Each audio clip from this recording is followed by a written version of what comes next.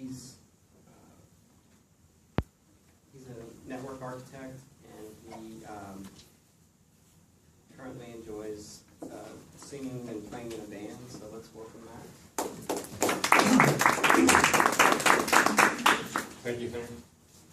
I'm going to move the podium over here since I've got a presentation. This is my 8th speech entitled My PE Journey. In May 1979, I received my Bachelor's of Electrical Engineering from Rice University. In May 1980, I received my Master's also in Electrical Engineering from Rice. It was at that time that I should have taken the EIT, or the Engineering and Training exam as it was known at the time. It's not required for PE licensure in Texas, and I've never needed in my career, especially as it went from in the engineering to software engineering to IT. I did apply for my license about 30 years ago, and based on experience, and was rejected twice on paper, and then once before the board where I had driven to Dallas to present my case. I made the comparison that the radiology database software I was writing, if someone was over-radiated, it could be as risky as someone that built a bridge, and the bridge builders took offense at that. They asked me what I was doing in the computer science out of University of Houston couldn't be doing, and that was their comparison, not mine. Now 30 years later, management asked me to consider getting my PE license in software engineering, so I began mentally preparing for what it would take. One set of options for license eligibility is graduating from an approved engineering curriculum, and my Rice education qualifies. Passing the board prescribed examination requirements and engaging the active practice of engineering for at least 4 years. There are other options, but these are the most applicable for me. The PE license requirements include the application fee, proof of education, supplemental experience, references, proof of exam results, results of an online open book ethics exam, criminal history.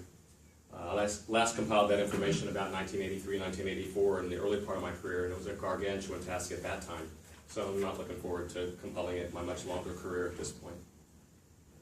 Having passed the online open book ethics exam, I've been preparing for the engineering and training certification, which requires the education above and passing the 5-hour and 20-minute fundamentals of engineering exam. See the topics it includes.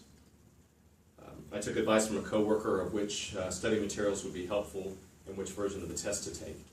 He's also an electrical engineer and recommended the other disciplines version of the test. It includes, in the total 5-hour and 20-minute testing, including the morning and afternoon exams, a repeat of the more generic subjects from the morning as opposed to the more complicated electrical engineering problems that would occur in the afternoon. I took his advice, and in March I ordered the preparatory manual containing the 54 chapters. And the calculator could have been a course all on itself to learn how to use it, and knowing how to use that effectively will prove invaluable in trying to have, when you have only like 2 to 3 minutes on average for each of the 110 problems. I started by taking the math diagnostic and got very depressed. That was my forte all throughout grade school and college, where I finished the entire year of Calculus 101 at Rice, and half of the first semester, Rice decided to restrict the pace that people could take that self-paced course after I had done that. Now I'd forgotten everything after 35 years of not having used it. I finally got confident that I could pass the math section, and then promptly got depressed again as I made my way through dynamics and fluid mechanics and statics, thermodynamics, chemistry, etc. So I stopped working many of the problems just to get through the 54 chapters. In July, after attempting to learn the 54 chapters on my own, I decided to take an 8-week online preparatory course for the months of August and September.